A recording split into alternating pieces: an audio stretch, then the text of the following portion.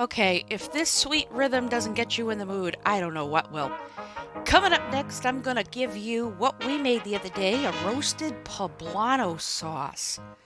It is a chilled sauce, makes your tacos, quesadillas, tortilla chips, steak, chicken, seafood, all sing, and you can put it on whatever you want. It's up to you. Recipe available at kcknh.com. Find me on Facebook, Instagram, and YouTube, and be sure to like, subscribe, and share.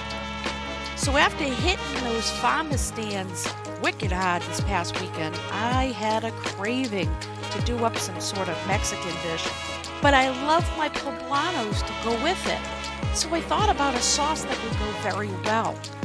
So make sure you crank your oven to 450, that's Fahrenheit. If you're on the other side of the pond, 232 Celsius. Get a small pan and you get your poblanos and your garlic cloves in here. You don't have to worry about peeling the garlic because we're going to roast these. And it's really up to you on how much garlic you want. I weigh my garlic out. Actually, I weigh out pretty much everything. I like to do about 1 ounce when it comes to working with a sauce. So 3/4 ounce to 1 ounce. We're to hit it with a little bit of olive oil. If you can't get that, just use vegetable oil, just enough to coat these guys, because we're going to roast them off in the oven for about 15 to 20 minutes. You want to get this wrinkly stage where we are going to eventually peel that off. Then you're going to remove the seeds from the peppers, and now you've got the beautiful roasted flesh of your poblanos and the garlic. So I'm taking my small high-powered blender here. We're going to add the mayonnaise, the sour cream, and the rest of the ingredients in this. And it's up to you if you want to use crema or sour cream. Some folks find crema a little bit on the salty side. I just happen to have some sour cream left over, and I thought it was a great way to be able to use it. So that's going in my little cup here. And the greatest thing about this is it's really freeing on a lot of things that I've put in the recipe here. There's not a lot that goes into it. You don't have to use fresh thyme. You can certainly use dried lime. I always recommend starting off with half. Sometimes you can get that half of a lime and it's like perfect. This one, was kind of like a sweet tart, so I eventually ended up using the whole lime. But at least for you guys, start with half a lime, because eventually you're going to have to puree this down, taste test it, see if you're going to want any other adjustments to your own liking. So I'm just hitting this hard with some fresh lime juice. I'm going to set the other one aside for the interim.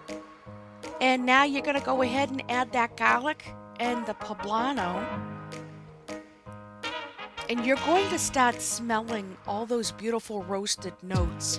I find the roasting process helps remove a lot of the heat that can be associated with poblano. Let me tell you, I've had some that are hot, and I've had some that are just dead.